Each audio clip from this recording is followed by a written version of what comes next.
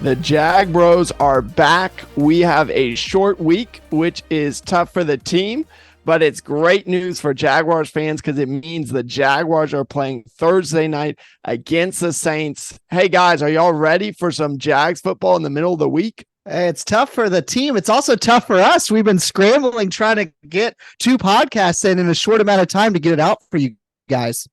I'm ready. I love me a game during the week, something to look forward to, break up the monotony of the week and work. So I have something to look forward to this Thursday. Very excited.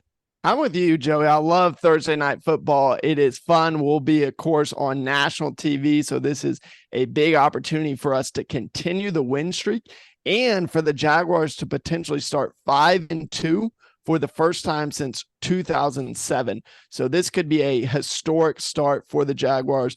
And so we're going to run through our usual rundown, our usual breakdown of the preview. And so we are going to cover what it's going to look like for our offense going up against the Saints defense. And then we're going to flip fields and talk about our defense versus the Saints offense. We're going to give you each of our offensive and defensive keys to how the Jaguars can pull out the W on Thursday. And then we're going to give you our predictions of what each of us think the final score will be. So, Joey, kick us off with our offense going up against the Saints defense. Yes. All righty. So the Saints defense is actually a pretty good defense. Looks quite a bit like our defense. They're very good against the run. They give up a little bit in the past, but their front seven has been very good against the run. It's going to be difficult for our offensive line and for ETN to get the ball moving. So we're going to need our offensive line to kind of bow up, especially if Trevor Lawrence ends up playing on his knee. He's going to need better protection so he can last a little longer in there. Yeah, that's the big story is Trevor Lawrence. We still don't know. Overall, the report has been pretty good that he has avoided any major injury, but especially on a short week, it still feels like a 50-50 game time call, whether or not Trevor Lawrence goes. And almost certainly if he does not go, that means we'll have CJ Beathard in. He's been our number 2 guy. I do think we'll activate Nathan Rourke in case we do need a third quarterback in this game, especially if Trevor can't go. I think you'll see Nathan Rourke take over backup duties. And this Saints defense is really good. They've had some strong games. In fact, they shut out the Patriots 2 weeks ago, which the Patriots look horrible, but still their stats overall for the Saints have been strong. They're currently top 10 in both run and pass defense, and they're 6th overall in terms of defensive scoring. And so they're only giving up about 16 points a game, where the Jaguars offense are currently averaging nearly 24 points a game. So a big gap, which just means this is going to be a tough battle if we have Lawrence or not. If we don't have him, it's going to be a very tough battle for our offense. Yeah, the Saints have only given up 1 rushing touchdown all year. They're top 5 or top 10 in just about every single category. So statistically speaking, they are better than the Jaguars defense so far. Red zone scoring, third down defense, fourth down defense, pretty much any category you look, they're going to be top 5 or top 10 in that. There's one category, however, that they are actually below average and well below average, which should, in fact, favor the Jaguars a little bit, and that is sacks and quarterback pressures. So despite the fact that they're very good at stopping the run and pretty solid across the entire board, they're not getting pressure on the quarterback thus far this year. Now, despite the fact that all those stats are really, really good, if you actually drill into the teams that the Saints have played thus far, there's a little bit of noise in that. You played against the Titans, who we've seen are not a top half of the league passing or rushing attack thus far this year. The Panthers, who are probably the worst team in the NFL. The Packers, who have been up and down thus far. The Buccaneers, who I think have played a little bit better as of late, and they shut down a Patriots team that looks like they're in free fall right now. So on paper, this Saints team is potentially very good and one of the top defenses. I think over the course of the year, you'll see some regression back to the mean for them because I don't think they have a ton of top end talent. Cameron Jordan, there's a couple other guys that they have that are pretty solid. But it's just not a great spot for this Jags offense, especially considering the injuries that we have. Zay Jones has already been ruled out. Walker Little is most likely out. And from what we're reading Monday afternoon, Trevor Lawrence is not trending in the right direction. And so obviously his ability to go or not will certainly determine how the Jaguars offense looks thus far. Well, I don't know where you heard he's not trending in the right direction, because that's just not true. He's day to day. The scan was completely clean. And Doug Peterson's just not telling us anything, because he knows the more that you don't tell the Saints, the better. That means the time that they're going to spend trying to watch CJ Beathard film or whatnot is just going to be a waste of time, because I do think that Trevor will be ready to go for this game. But let's get back a little bit to the defense of the Saints. They're also an opportunistic defense. They coming in with 8 interceptions, second in the whole NFL league right now. So if Trevor's not playing, that's really bad for CJ Beathard. I'd be scared about that. But if we have Trevor Lawrence back there, then I think he'll take care of the ball and we won't have those turnovers. Well, and when you look at the secondary in particular, you've got to watch out for 2 elite guys on this Saints defense. Number one is Marshawn Lattimore. Even though he is early on in his career, he's already proved to be an elite shutdown corner. You'll probably see him line up a lot against Ridley. And so that's going to be a matchup that I don't like the Jaguars in. So I really want to see Kirk and Ingram, who've been really strong for us the last several games, to really carry the offense, especially passing attack wise. And then the other guy you have to watch out for is going to be Tyrann Mathieu, a little bit older, but definitely a veteran presence, a ball hawk safety that has a lot of talent. And whoever's quarterback needs to know where these 2 guys are on the field, because Joey, it's a good point that both these guys can take away the ball.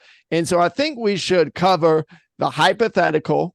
Let's just say Trevor Lawrence is not able to play. What do you think the Jaguars' offensive attack looks like with CJ Beathard? That's really scary, because it feels like it's going to have to be a lot of short stuff. To your point, Jack, the number 1 receivers, the Saints have been able to shut down pretty much every single game thus far this year. They're also top 5 against tight ends right now in receptions and yardage. Now, they haven't played the toughest tight ends thus far, but I think Ingram could certainly outperform what they've done statistically, but that is concerning as well. So I think it's probably a Christian Kirk game. I think it's also going to be a lot of dump off passes to ETN, especially if we have Beathard playing, who is not necessarily have the strongest of arms. I agree with JT. If CJ Beathard ends up having to play, that it's probably going to be a much shorter field game. A lot of dump ball passes to ETN, getting Evan Ingram and Britton Strange. I feel like he would get him involved a little bit more as well, trying to hit the tight ends and get it over the middle, just quick, easy passes, not doing anything too dangerous with the ball, which is smart with how opportunistic this defense is. Bringing in Nathan Rourke, I mean, to be honest, I kind of hope that they give him a shot as well, because I think he could have a better shot at beating the Saints than CJ Beathard does. I don't think that's going to happen. They love CJ Beathard. That's what they'll stick with. But I do think that it could be opportunistic for the Jaguars to play Nathan Rourke.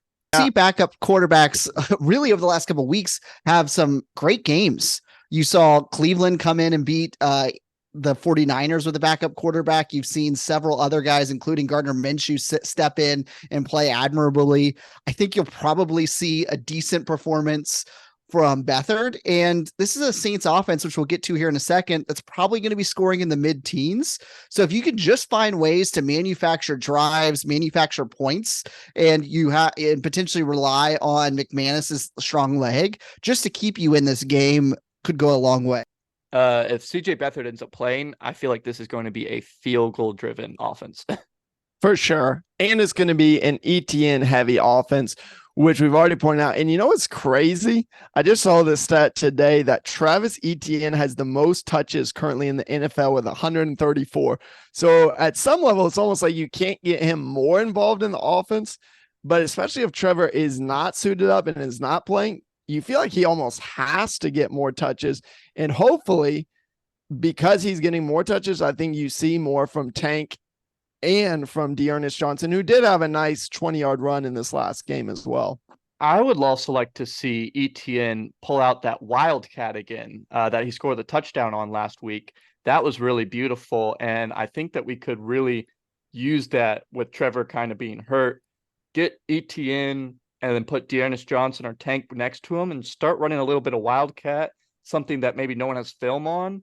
Let's just see how that rolls with the Saints. I would not be surprised if this game we see 1 to 2 trick style plays from Doug and Press Taylor. This is a type of game where it feels like you're going to have to manufacture points. It feels like you're going to have to manufacture drives, especially when a lot of your weapons are either banged up or potentially stifled by some of the better players on the Saints defense. Yeah, and just one more person to watch out for the Jaguars offense. You brought up a great point earlier, JT, that the Saints pass rush is their weakness of the defense. The only exception so far has been Carl Granderson, who is having a career year. He's actually about to go ahead and top his career total, his season high for sacks. And he already has 4.5 sacks, 7 tackles for a loss. So really, he is the only guy that's really produced much of a pass rush. So our offensive tackles need to know and need to lock up Granderson in this game. Awesome. And with that, we're going to switch sides of the field. So we're going to see and break down the Jaguars defense versus the Saints offense. The Saints offense is led by Derek Carr, who is certainly a league veteran at this point, and he is what he is. He's 32 years old. He's played on a couple of different teams. He's a solid quarterback who has the ability to hit some big plays. In fact, the Saints are one of the top 5 teams for explosive passing with multiple, I think 6 or 7 plays of 40 yards or longer in the passing game. So they have some explosive players on the outside as well. So Chris Olave is a year 2 guy out of Ohio State, had a breakout rookie year. He's also playing very well this year. And then Raheed Shaheed is a guy who's starting to emerge as a deep threat speedster for them. I think he had 2 catches, but for 85 yards and a touchdown last week against the Texans. And then you still have an aging Michael Thomas in the middle, catching some of those 3rd and 4 first down chain moving guys, very similar to what Michael Pittman's role was that hurt us heavily in the 2 games we played against the Colts. So where are you confident about our defense, or where are you concerned about what the Saints are bringing to the table? I'm concerned a little bit with the secondary, with Campbell being out most likely for this game. And that means we're going to have to roll with Buster Brown, who really didn't play very well last game. He got picked on quite a bit by the Colts. And I think the Saints are only going to pick on him more if that's who we end up going with. But we'll see, because I know Doug Peterson talked about how we do have Tavon Campbell and Eric Hallett still on the practice squad. And then we also just signed another cornerback, a veteran, Amani Orawani, cornerback that used to play for the Lions, who had a really good 2021 season. He had 6 interceptions and 57 total tackles. Didn't play very well in the 2022 season, but he also got injured. So I think that's a really good signing that he could end up being a prolific part of filling in for Campbell. Yeah, and the good news on the injury front is that Devon Hamilton, one of our defensive tackles, was a full participant on Monday. So there is certainly a high potential that we could see him back out on the field. And then another guy, this is much more of a question mark, much more of a wild card, who's been on IR, is Gregory Jr. And so he has the potential. He actually had the potential to come back last Sunday off IR, and he still hasn't. So still a question mark, but maybe, because the secondary is going to be the big challenge. I have a lot of confidence in our front 7. Even with the Saints getting Kamara back from that suspension, they still have not been able to run the ball really well. And so I love our run defense in this game. The pass defense has me a little nervous, though. Yeah, this is a team that scores average around 17, 18 points per game. So they're not going to run you out of the building. And if you can put some game pressure on them and take an early lead, which we've seen some of the other teams do, if you're up 2 scores early on, that's where the Saints really struggle, because even though they have explosive ability, they have actually 5 plays over 40 yards and 17 over 20 yards in the passing game, only behind the Dolphins as far as explosive plays. They're not very successful down to down, which you would expect them to be a little bit more with Michael Thomas and with Kamara coming back off of suspension, and Kendre Miller is a rookie who's also been battling some of his own injuries.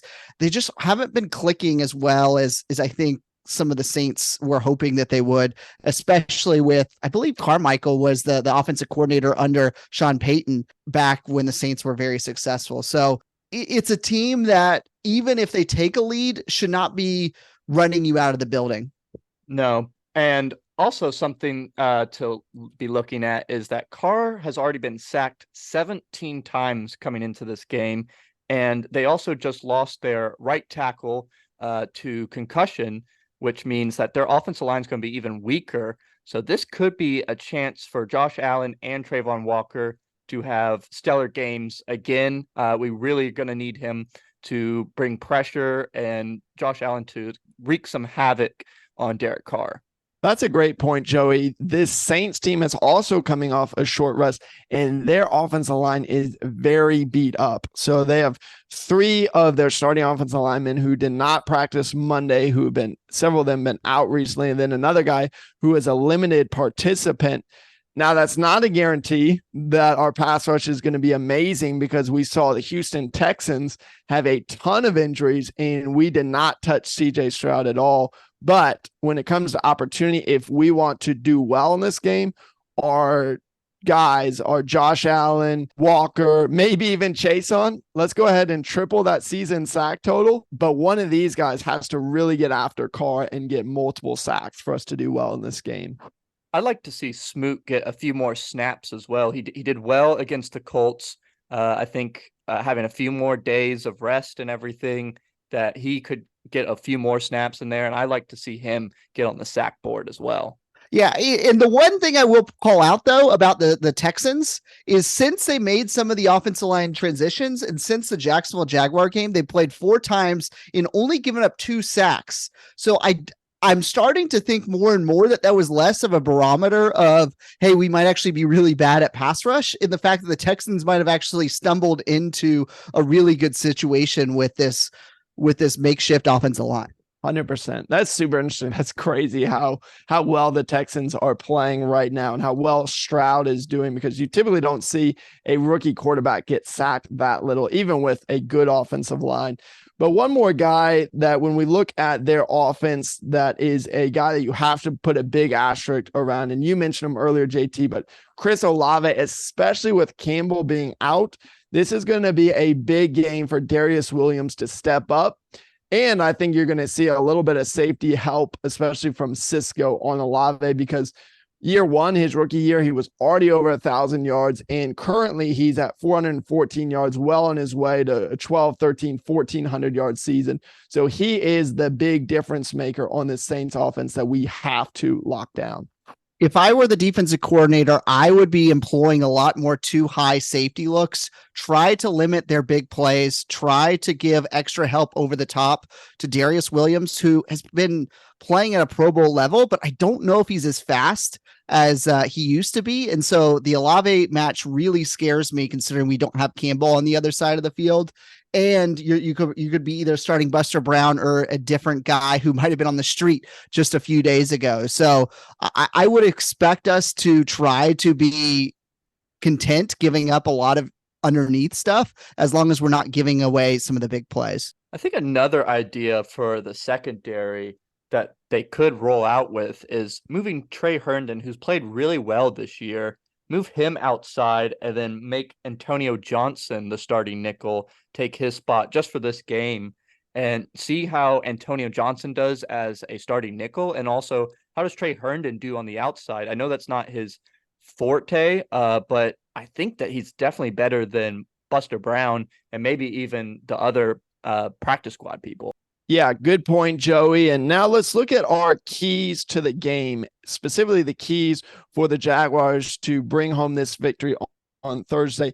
And real quick, we encourage you to interact with us on Twitter and Instagram. We'll drop the links in the episode description because we want to hear from you too. What do you think the keys are for the Jaguars to win? We want to hear your prediction as well. But I'm going to turn it over to you guys, Joey and JT. And what is the offensive and the defensive key for the Jaguars to win this game against the Saints? So for the offensive keys, I have two different ones because I'm going to do one with Trevor as the starting quarterback and one without Trevor.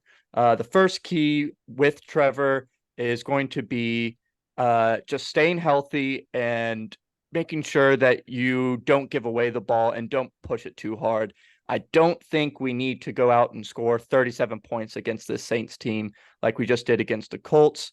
I think if we play our ball and kind of just control the game, that will be the best thing for us. And then without Trevor, I think that CJ Beathard is going to just get it to the Saints side and let Brandon McManus score our points because I'm scared that he may give the ball over a little bit, especially with the 8 interceptions that the Saints defense is coming in with. So here's some interesting stats for you. So when the Vegas line opened up on Sunday afternoon, it was a pick'em game. Currently, it's at +3 for the Jaguars. So that means New Orleans is favored by 3 points, and the total of the game has gone from 42 to 39. So that means the Jaguars' implied team total is right around 17 points. If I'm reading this, that means Vegas, at least right now, is thinking there's a very good chance Trevor does not play. And so I think it's wise, Joey, to talk about the fact that what does our offense look like with CJ Beathard versus with Trevor. The other thing that I saw was that since Doug Peterson took over this team, Jacksonville is actually 9-6 straight up while listed as an underdog. So that means not only are they covering the spread when they're playing as an underdog, but they're actually winning outright. So it also speaks to like how difficult this Jaguars team has been able to assess and evaluate week over week, because at times it feels like, hey, this is a game that if this was at a different point in the season or a different scenario or potentially at home, I feel pretty confident that Jacksonville will win. But the fact that, hey, it'll be 3 games in 11 days, in 3 different cities, one of those in a completely different country scares me. All of those things scare me. I think for my keys to the game, I'm actually going to go special teams. I think we're going to need to see 1 to 2 great special teams plays, whether it's from Agnew, whether it's a 55+ yard kick from McManus. I think that is going to be a potential play of the game. And then defense, it's just limiting the big plays and still getting and manufacturing 2 or more turnovers. Yeah, I think my offensive key here is that both these offenses are probably going to want to do the same thing. They're going to want to battle. They're going to want to establish the run early. They're going to want to own the time of possession. And so for me, offensively, the key is going to be that the Jaguars are able to win that battle, that we're able to have more rushing yards than the Saints, and that we're to own the time of possession. Because I've said this before, sometimes the best defense is a good offense, and sometimes the best offense is a good defense. And so defensively, I think we need to make several big plays. We need to do what we do best, which is create turnovers and force turnovers. And so I think we need to see at least 3 turnovers, especially if Trevor Lawrence is not out there. So I'm banking on our defense to have a big game Thursday night.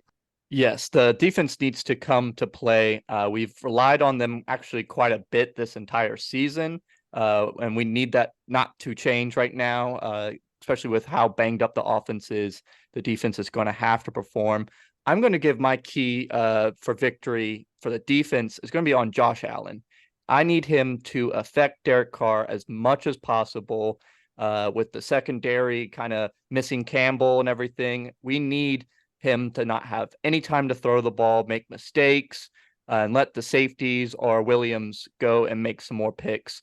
But it's going to be very important for Josh Allen and Trayvon Walker to go in there and affect Derek Carr. All right. With that, it's time for some score predictions. Last week, Joey, you predicted a blowout victory for the Jaguars against the Colts, which turned out that was much more closer to accurate than either one of our predictions. I picked a close 2-point victory for the Colts, and Jack, you actually picked an outright loss for the Jaguars at home against the dreaded Indianapolis Colts. So what do we have this week?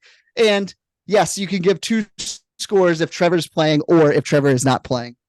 Well, I'll get us started with that abysmal prediction last week. Embarrassed that I picked the Colts. Boo.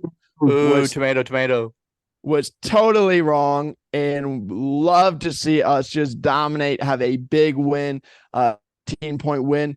And this is a tough game, but this is also a very tough game for the Saints. Both the teams have a quick turnaround. Both the teams are battling several injuries.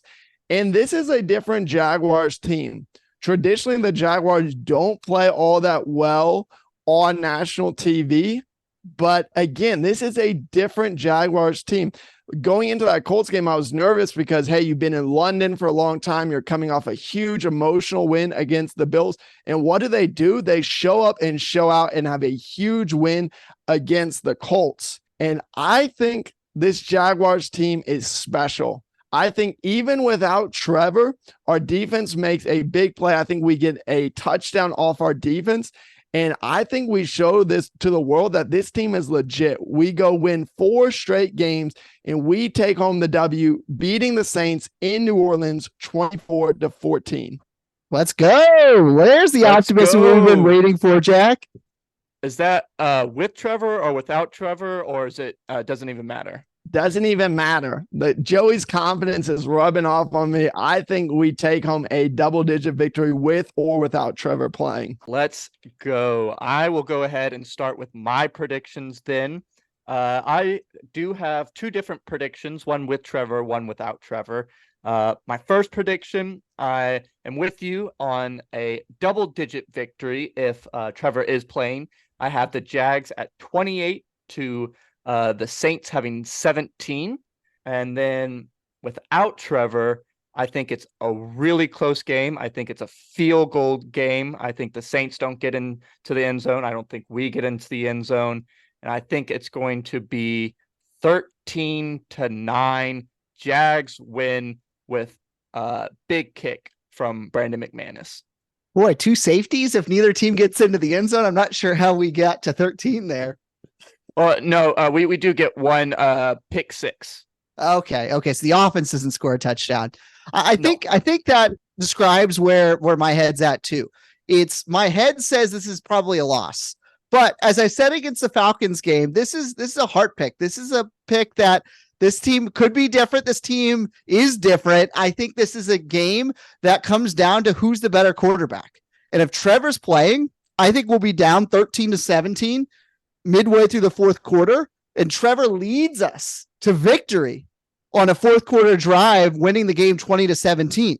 If it's CJ Beathard and we're down 13-17 in the 4th quarter as well, I think Derek Carr is probably the better quarterback between those two. And I think the Jaguars come up short then 13-17. So either way, it's going to be a low scoring game. It's going to be a game where you should be in it regardless.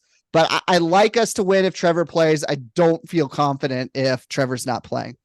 Or third alternative, CJ Beathard gets hurt in that game and Nathan Rourke comes in and he's the hero. And we are talking next week about Nathan Rourke being the Jaguars MVP yet again, just like the preseason. For those that missed, Joey was riding the Nathan Rourke bandwagon big time. And I think Joey would predict maybe a 30 or 40 point total if Nathan Rourke's out there. I was just about to say, I'll go ahead and throw out a third prediction. If CJ Beathard goes ahead and gets hurt in the 1st quarter and Nathan Rourke plays this game, I think we win 38-13. Oh my goodness. The best quarterback in the world. I think that he tears it up